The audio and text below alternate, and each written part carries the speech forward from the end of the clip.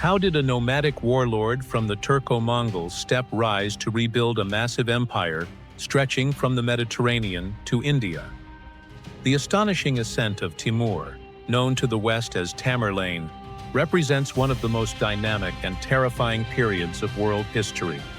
A feat of singular ambition and military genius that saw a once minor tribal leader from the Turco-Mongol steppe, a region politically fractured and militarily competitive since the collapse of the unified Mughal Empire, successfully rise to rebuild a massive empire that, at its peak, would stretch across the vast and immensely diverse lands from the Mediterranean Sea in the west to the fertile plains of India in the east. His rise was a complex interplay of ruthless political maneuvering, military innovation that blended the speed of traditional nomadic cavalry with the advanced precision of siege warfare and iron will to dominate,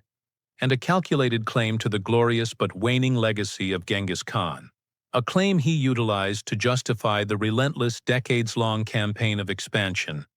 that strategically targeted and conquered the major power centers of the Islamic, Turkic, and Indian worlds,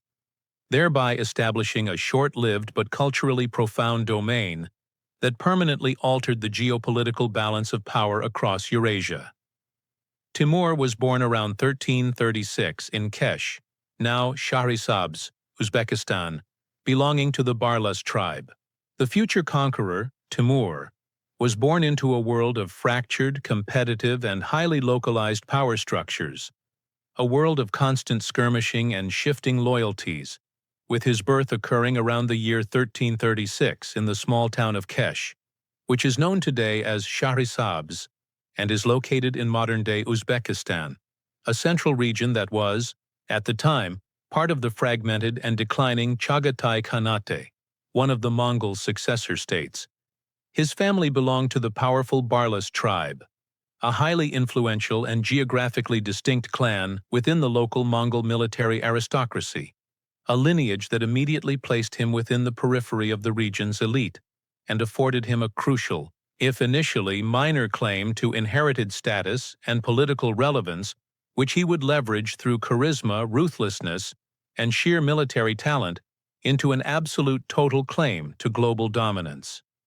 The Barlas were originally a Mongol tribe, but had become Turkified and Islamicized, using the Turkic language. The complex identity of the Barlas tribe was a critical element in Timur's later successful appeal to both the Mongol military elite and the Islamic urban populations, representing a potent synthesis of Central Asian cultural forces. The Barlas were originally a Mongol tribe that had ridden west with Genghis Khan's invasion 2 centuries earlier, carrying the heritage of the great conqueror and the Mongol tradition of Yasa. However, during the intervening generations of settlement and integration into the sedentary cultures of Transoxania, they had undergone a significant, profound cultural shift, becoming thoroughly Turkified,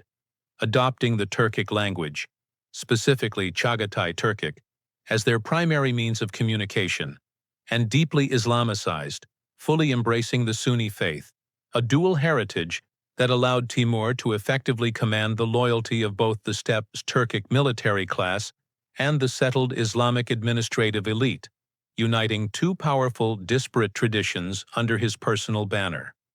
Why did the conqueror who slaughtered millions earn the mocking Persian epithet, Timur the Lame, Timur-i Lang? The legendary, fearsome reputation of the conqueror, who was responsible for the slaughter of millions of people and the systematic annihilation of entire cities across 3 continents,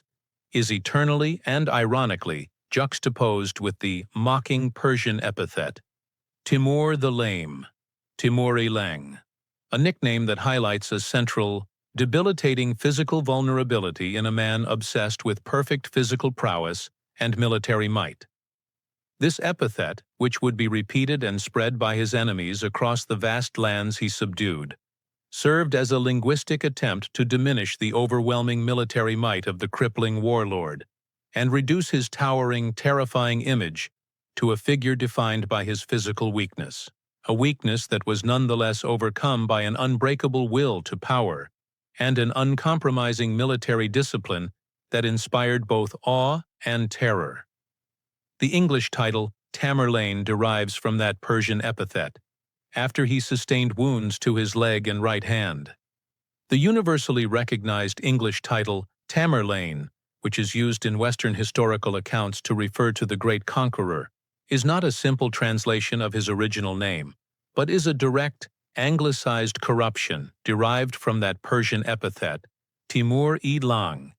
The nickname arose because Timur had sustained severe, life-changing wounds to his right leg and his right hand during a skirmish in his early career, possibly in a battle against a rival tribal chief in Sistan around 1363, an injury that almost ended his career before it began. The injuries were so debilitating that they left him with a permanent, noticeable limp and a partial paralysis of his right hand, a constant physical reminder of his vulnerability that likely fueled his psychological need to prove his strength through relentless, bloody conquest, a trait many attribute to compensatory behavior. Timur began his career by leading a small band of raiders, stealing cattle, horses, and property from caravans. Timur's remarkable career did not begin with grand political declarations or immense armies, but with far humbler, more opportunistic criminal endeavors characteristic of the fractured Central Asian frontier. He began his career by leading a small, tightly knit band of loyal raiders, utilizing his innate leadership skills and knowledge of the terrain to conduct highly effective small-scale operations in a highly volatile environment. Their primary focus was not on grand conquest, but on survival and accumulation of wealth through force, which involved stealing cattle, horses, and valuable property from vulnerable trade caravans and rival tribal groups, a brutal but pragmatic apprenticeship that trained him in the vital skills of surprise attack, tactical retreat, resource acquisition, and command of mobile cavalry forces, laying the crude but essential foundation for his later sophisticated military logistics and strategic planning. How did a crippled tribal leader gain control of Transoxania and become the de facto ruler by 1370? The pivotal question in the history of the Timurid Empire is how a crippled tribal leader from a relatively minor, though noble family, who started his career as a mere bandit and fought in the chaotic, constantly shifting alliances of the Mongol successor states, managed to effectively gain complete political and military control of Transoxania, the region between the Amu Darya and Sir Darya rivers, and become the undisputed de facto ruler by the critically important year of 1370.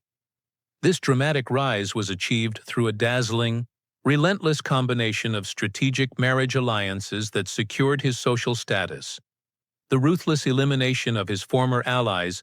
and rivals in the region, the calculated exploitation of the vacuum of central authority left by the disintegrating Chagatai Khanate, and the sheer demonstration of superior organized military might over the fragmented, infighting local clans, culminating in the decisive victory that secured his throne. In 1370, after defeating his former ally Amir Hussein at Balkh, Timur proclaimed himself the ruler of Transoxania. The decisive moment that transformed Timur from an ambitious warlord into a sovereign ruler occurred in 1370. After years of complex, turbulent partnership and subsequent bitter rivalry, Timur finally faced and decisively defeated his former ally, Amir Hussein, the last major power broker in the region and a co-ruler, at the strategically vital city of Balkh. With the elimination of the last viable opposition and the securing of a vast treasury, Timur immediately returned to the capital, proclaiming himself the sovereign ruler of Transoxania and formally inaugurating the Timurid Empire, a declaration that was immediately backed by the total loyalty of his battle-hardened, powerful army. This act signaled the end of the Mongol successor state's control in the region and the start of a new, centralized imperial power structure centered on Timur himself. Lacking direct lineage to Genghis Khan, he only claimed the title of Amir, warlord, ruling in the name of a puppet Khan. Despite the overwhelming reality of his absolute military and political power, Timur faced an insurmountable legal and social hurdle. He lacked the direct blood lineage to Genghis Khan, a descendant of the sacred Borjigin clan, which was the sole indispensable criterion for claiming the ultimate sacrosanct title of Khan, emperor, in the Turco-Mongol world, as mandated by the Mongol law code, Yasa. In a highly astute act of political pragmatism and respect for tradition, what made Timur's army, inherited from Genghis Khan, an unstoppable engine of destruction for 30 years? The terrifying reality of Timur's army, the singular instrument of his power and the primary reason for his success, was its status as an unstoppable engine of destruction for 30 years of continuous campaigning. A military juggernaut whose raw power was inherited in spirit and tradition from Genghis Khan, but was profoundly enhanced and refined by Timur's own military genius. This army was defined by a lethal combination of unmatched high mobility, a relentless sustained tempo of operations, iron discipline, a sophisticated blend of cavalry and infantry,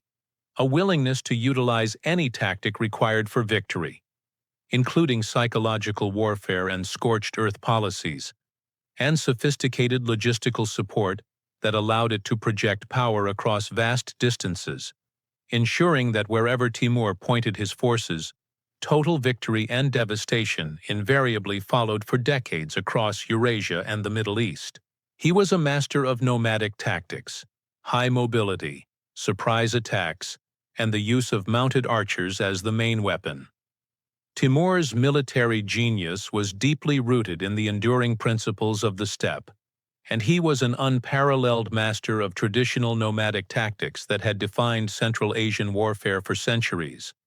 Understanding their utility even against modern armies, his forces excelled at high mobility, utilizing a dedicated reserve of fresh remounts to cover immense distances with astonishing speed, thereby allowing him to execute devastating surprise attacks against armies that believed they were safe from immediate contact.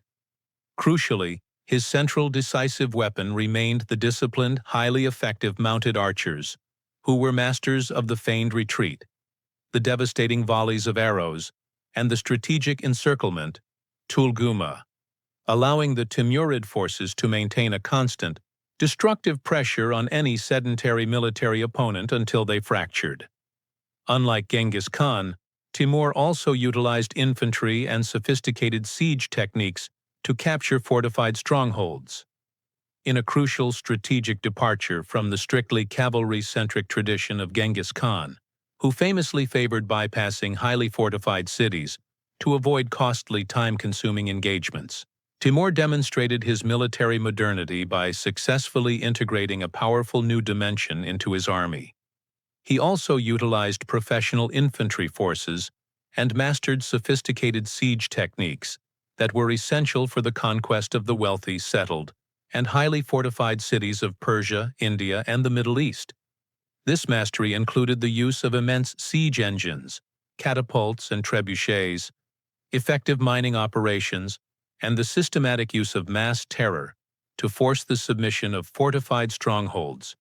demonstrating a tactical flexibility that allowed his armies to dominate both the open steppes and the dense, heavily defended urban centers of the civilized world, an innovation necessary for empire building in the 14th century. How devastating was Timur's 1398 invasion of India, and what was his stated rationale for the attack?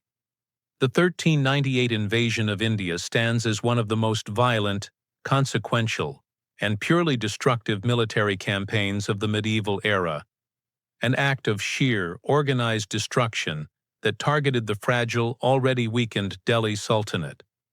The sheer scale of the invasion's devastation was immense,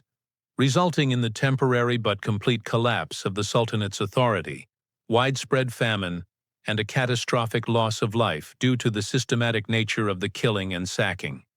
As for his stated rationale for the attack, Timur justified the immense campaign not purely as a quest for personal plunder and glory, but through a deeply cynical ideological claim that he was fulfilling a divine mandate for war.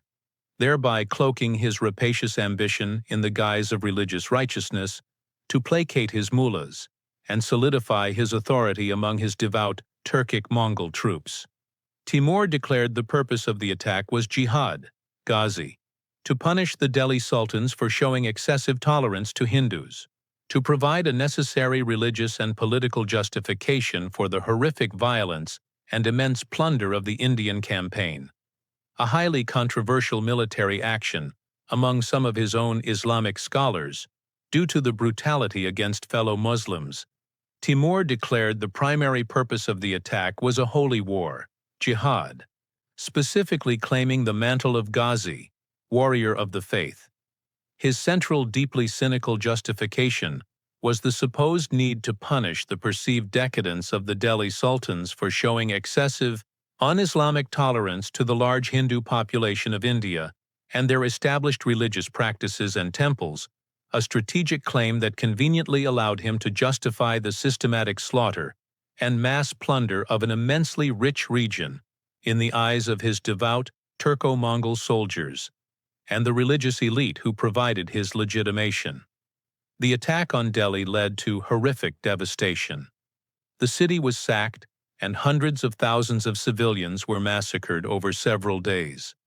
The immediate consequences of the attack on Delhi were instantaneous and catastrophic, resulting in a display of horrific devastation that shocked even the hardened chroniclers of the time and left the city in ruins for a generation.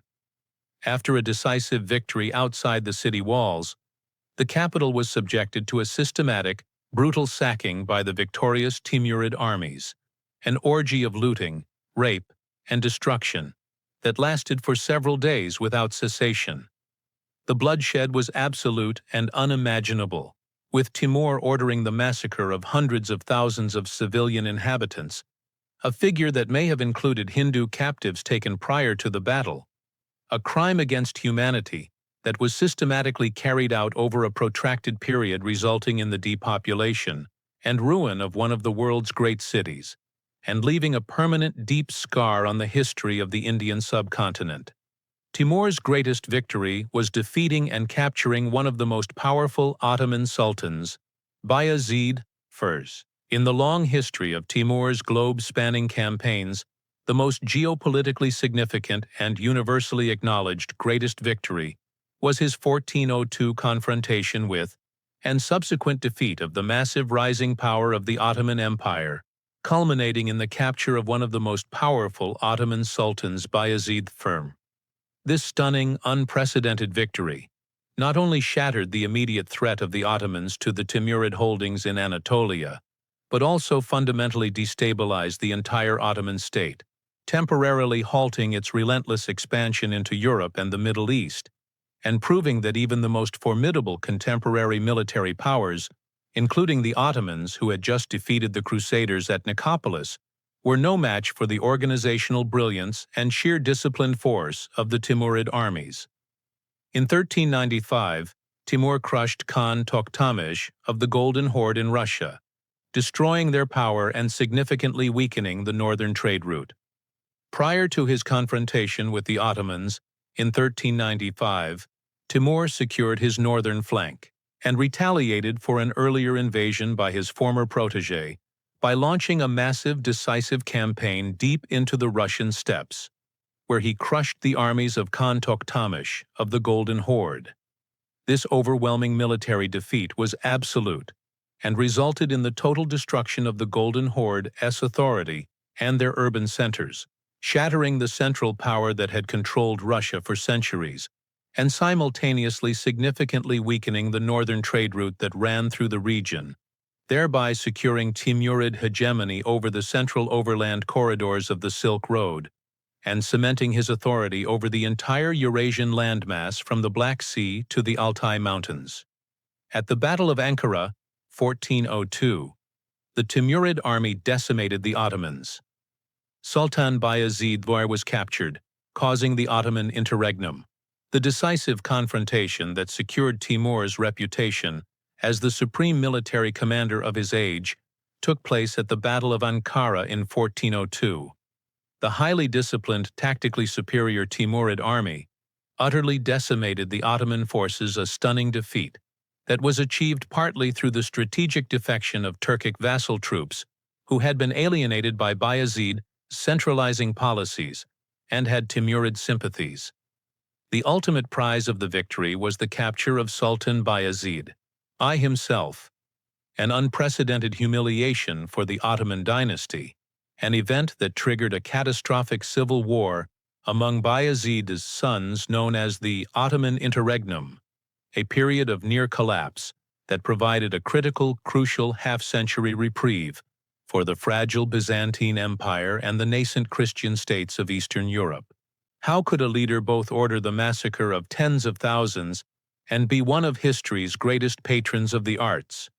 The profound, deeply disturbing paradox at the heart of Timur's legacy lies in the question of how a single leader could possess the absolute moral depravity to order the systematic massacre of tens of thousands of defenseless civilians, a figure who was a master of psychological warfare based on mass killing, and yet simultaneously be remembered as one of history's greatest, most discerning patrons of the arts, architecture, and Islamic scholarship. This duality suggests not a man driven by simple madness,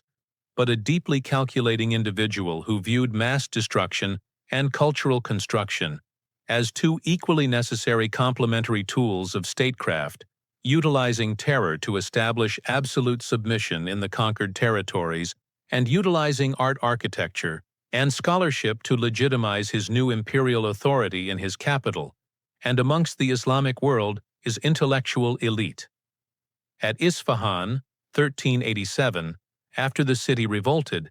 Timur ordered the massacre of 70,000 people and the construction of towers of skulls. The incident at Isfahan in 1387 stands as the definitive, most gruesome example of Timur's terrifying, calculated use of mass violence as a tool of psychological control and deterrence. After the local populace revolted against the occupying Timurid garrison and killed the tax collectors, Timur ordered the complete, systematic massacre of 70,000 of the city's inhabitants in brutal retaliation for the uprising, ensuring that the retribution was so total that no one in the region would ever dare revolt against him again. To leave a permanent, visible, and visceral reminder of his terrifying, absolute power, he ordered his soldiers to collect the severed heads of the dead and oversee the construction of immense, gruesome towers of skulls outside the city walls, a literal monument to terror that served as a chilling, effective warning sign across the entire empire's borders. After capturing Baghdad, 1401, he ordered every soldier to return with at least 2 severed human heads to build even more towers. The incident at Baghdad in 1401, a city he had briefly held and then been forced to retake, demonstrated that the terror at Isfahan was not an isolated incident, but a deliberate, reproducible policy of the state. Upon capturing Baghdad, Timur, seeking to outdo his previous act of brutal psychological warfare and ensure the total absolute submission of the populous city, issued a horrifying, highly specific command. He ordered every soldier in his massive army to return to their barracks with at least 2 severed human heads, a quota of death enforced upon every single fighting man, all of which were then used to construct even more monstrous, immense towers of human skulls in the main city squares, sending an unambiguous message to the entire Middle East that resistance was not merely futile, but invited mass annihilation and wholesale depopulation. Timur's goal was to make his capital Samarkand the most splendid city in Asia. Simultaneously to his massacres and conquests, Timur pursued a parallel, equally grand project: the relentless cultural and architectural enhancement of his capital Samarkand.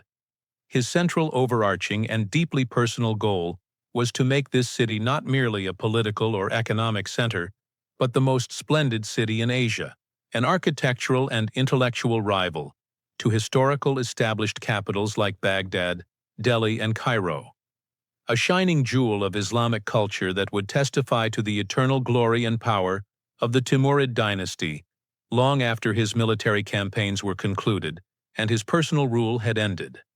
This ambition was not merely personal vanity, but a calculated act of soft power, using monumental architecture to legitimize a regime born of violent, nomadic conquest. After every conquest, Timur forcibly deported artisans, scholars, and architects to Samarkand. The material and intellectual engine for this ambitious cultural project was fueled directly by the spoils of war and the systematic forced migration of talent and organized intellectual plunder, unprecedented in history. After every major conquest, Timur executed a highly organized, deliberate policy of forcibly deporting the most talented and essential elements of the defeated cities.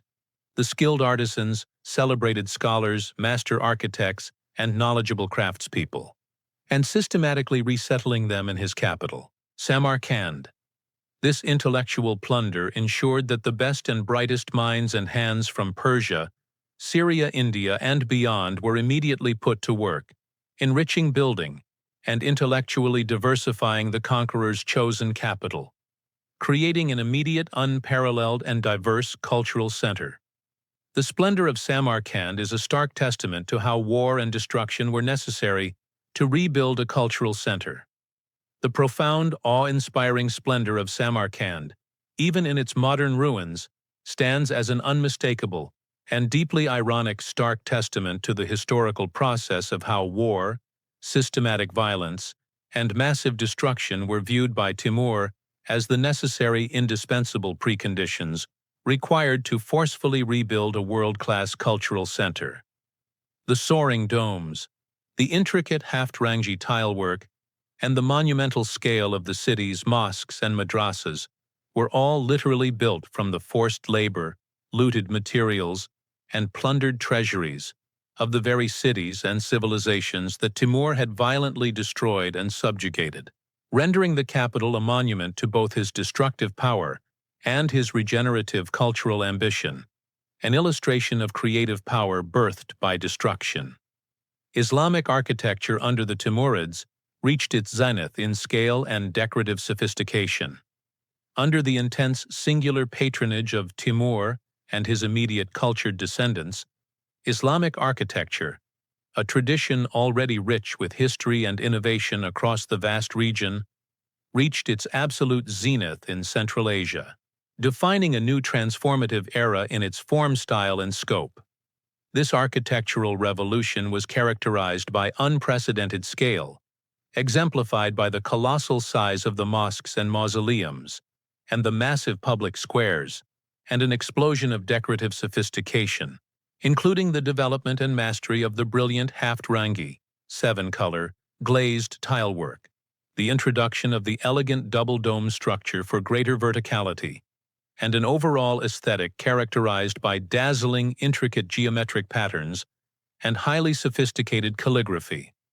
Gur-e Amir, Timur's mausoleum, is a masterpiece.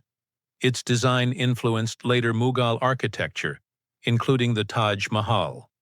The most enduring and personally significant monument to Timur's taste and architectural ambition is the Gur-e Amir Timur's magnificent mausoleum in Samarkand, a structure that is universally recognized as an immediate masterpiece of Central Asian Islamic architecture. The mausoleum's iconic design, with its distinctive ribbed sky azure dome, its elegant towering portal, and its intricate internal geometry, was so universally admired and technically refined that it served as a direct, foundational influence on later Mughal architecture, providing a vital architectural blueprint for the subcontinent, most famously informing the entire structural conception and ultimate aesthetic of Emperor Shah Jahan's ultimate, iconic achievement, the Taj Mahal in Agra, which can be seen as a direct descendant of Timurid style. The Bibi Khanum Mosque was built from Indian plunder, and it was once one of the largest mosques in the entire Islamic world. Another phenomenal example of Timurid architectural ambition and the direct spoils of his military campaigns is the vast Bibi Khanum Mosque in Samarkand, a monumental structure that was so immense that its construction faced severe, persistent engineering challenges and later structural collapses. The mosque was entirely built from the immense plunder and wealth specifically looted during the devastating Indian campaign of 1398, a grand statement of military victory and profound religious devotion funded by mass destruction and rapacious greed. Upon its completion, the Bibi Khanum Mosque was undeniably one of the largest mosques in the entire Islamic world. Conceived on a scale so grand, it defied the construction technologies of the era, and its breathtaking size was a physical, permanent display of the boundless wealth and power of the Timurid Empire. Why did the cultural and artistic center of the Timurid Empire shift from Samarkand to Herat under Timur's descendants? The intriguing question of why the cultural and artistic center of the sprawling Timurid Empire gradually shifted from Samarkand Timur's meticulously planned, violently assembled, and beloved capital to the city of Herat, located in modern-day Afghanistan, under the stable rule of Timur's descendants, is a narrative of political pragmatism and administrative stability. While Samarkand remained the imperial seat and a vital trading center, Herat, situated in the eastern, more Persianized territories of the empire, emerged as the intellectual and artistic focus due to the long-term, stable, dedicated patronage of the ruling dynasty and its strategic location as a nexus for Persian culture, language, and the long-distance Silk Road trade routes, making it a natural, less forcefully constructed hub. Under the stable rule of his son Shah Rukh, Herat became a brilliant and stable cultural hub. The crucial transformation of Herat was achieved under the long, remarkably stable rule of Timur's son, Shah Rukh, reigned 1405–1447. Unlike his constantly warring father, Shah Rukh was a deeply pious, cultured, and immensely capable administrator who consciously favored consolidation, intellectual advancement, and peace over endless military campaigning, repairing the damage done by his father's relentless wars. Under his wise, steady hand, Herat became the undisputed, brilliant, and most stable cultural hub of the entire Persianate world, attracting scholars, poets, philosophers, and artists who sought refuge from the chaos of war, and found an environment uniquely conducive to intellectual pursuits, a period often remembered as a golden age of peaceful creativity and imperial patronage. This period, known as the Timurid Renaissance,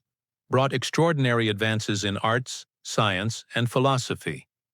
The Golden Age established in Herat and Samarkand by Shah Rukh and his successors is correctly designated by modern historians as the Timurid Renaissance, a profound cultural and intellectual blossoming that rivals the greatest periods of human history,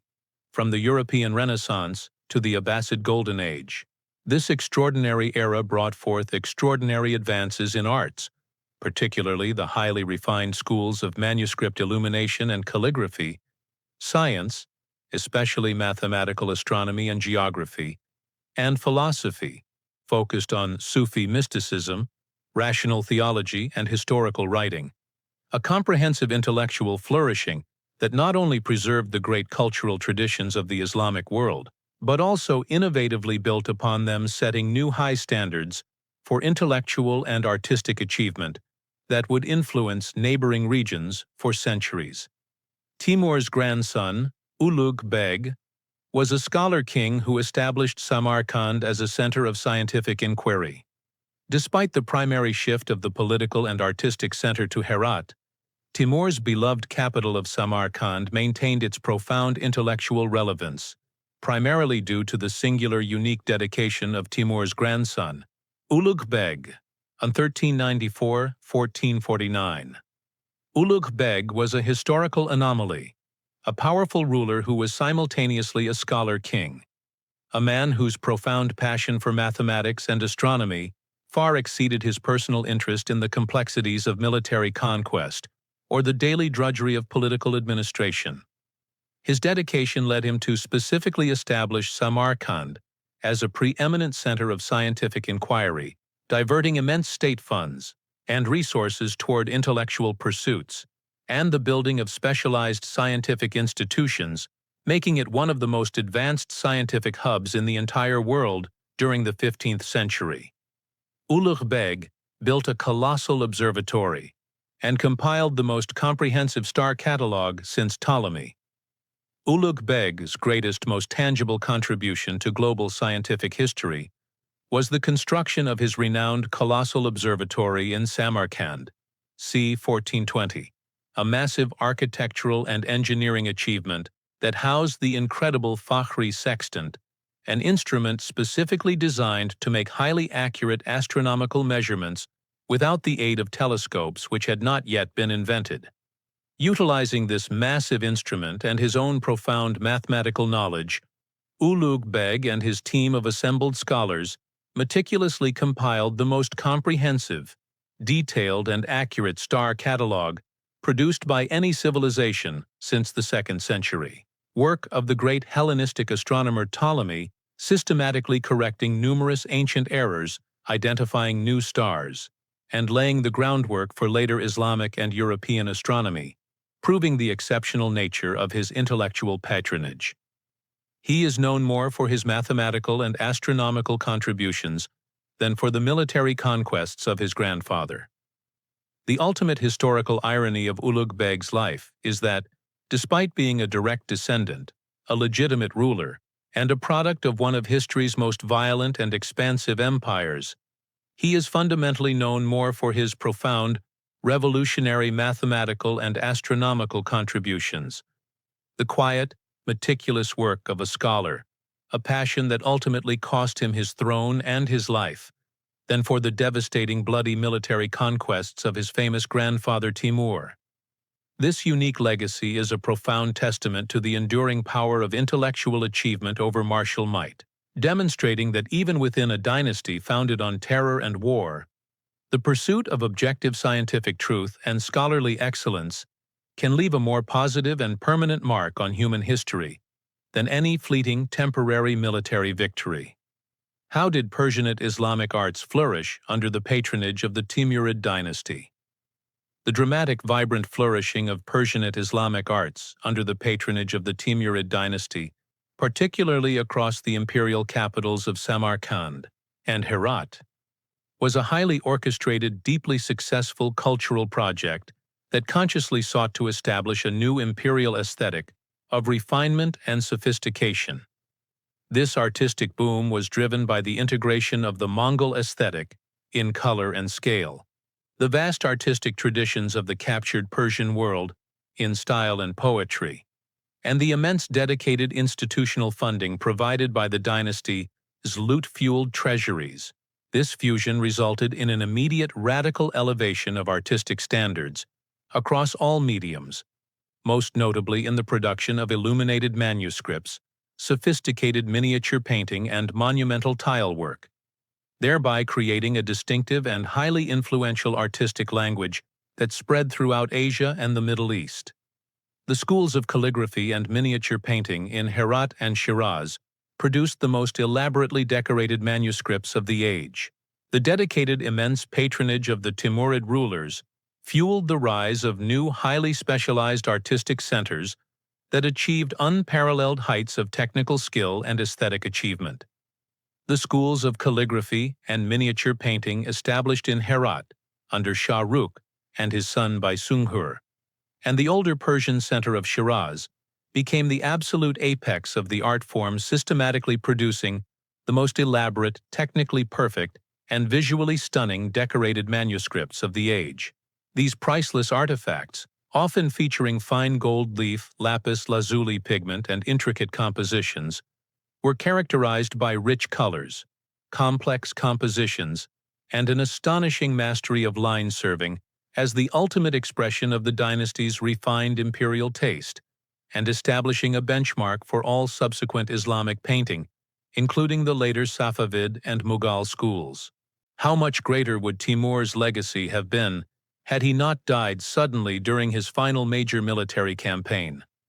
The tantalizing, unanswerable question that defines the very end of Timur's life and challenges the understanding of his complete legacy is how much greater that legacy would have been had he not died suddenly and unexpectedly during his final immense major military campaign.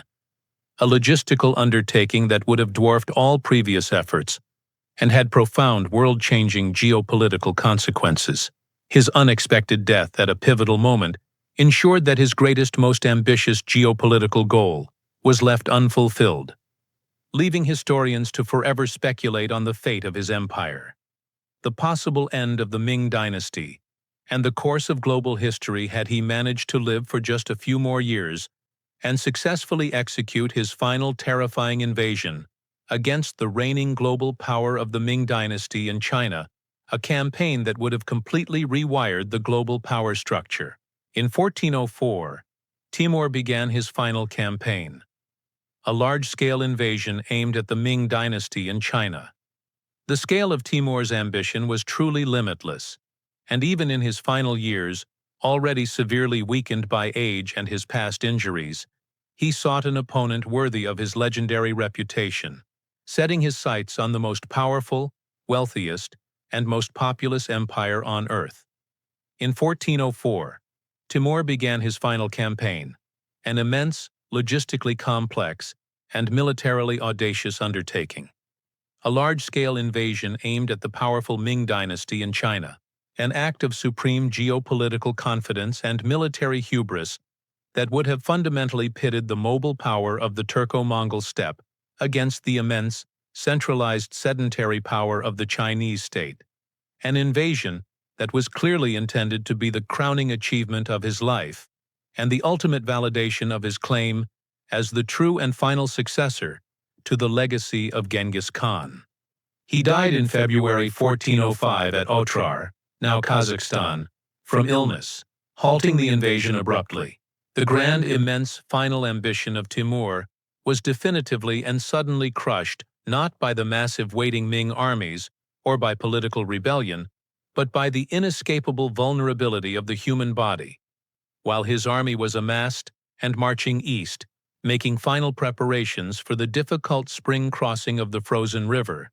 he died unexpectedly in February 1405 at the remote encampment city of Otrar, located in modern-day Kazakhstan, from a sudden, severe, and rapid illness, most likely pneumonia or influenza. His death instantly and decisively halted the invasion abruptly, saving the Ming dynasty from an existential threat and immediately triggering the inevitable and disastrous internal power struggles among his ambitious, causing the rapid fragmentation of the massive empire he had built over decades of brutal campaigning.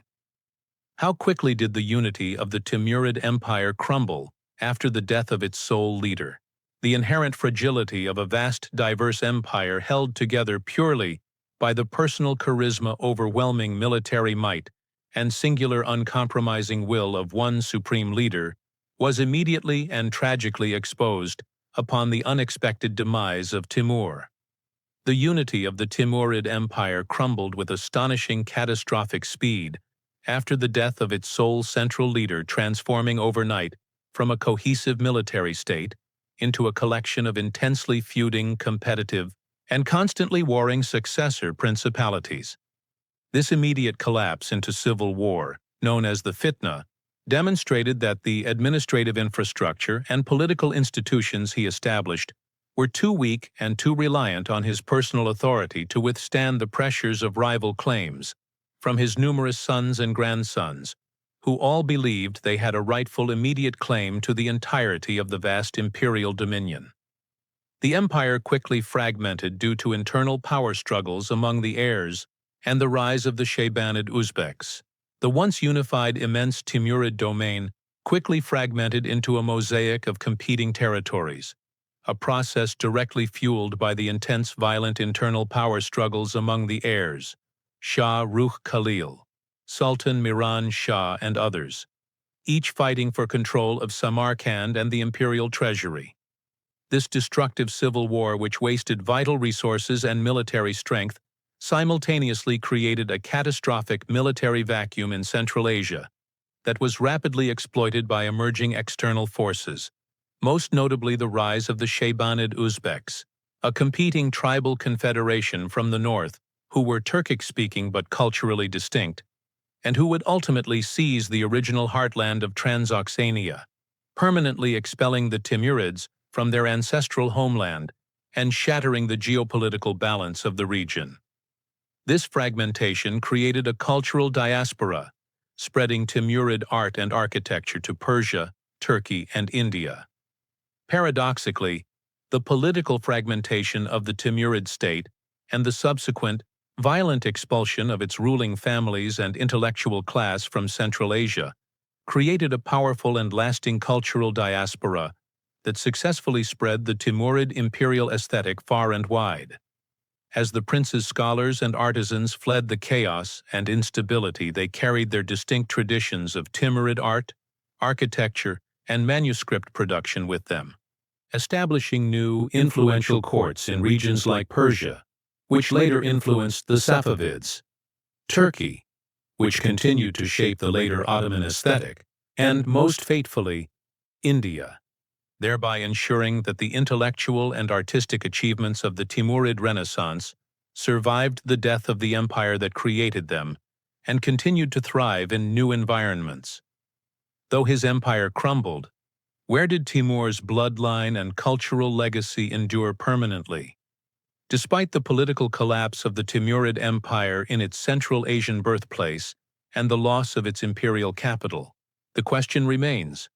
where did Timur's direct bloodline and profound cultural legacy ultimately endure permanently and achieve a lasting political and artistic dominion? The answer lies not in the great cities of Samarkand or Herat, which were lost to the Uzbeks, but in a distant, unforeseen land. The lineage and the distinct, highly sophisticated cultural tradition survived the diaspora and the civil wars to find a permanent, powerful, and immensely successful home in the Indian subcontinent, a land Timur had conquered and plundered,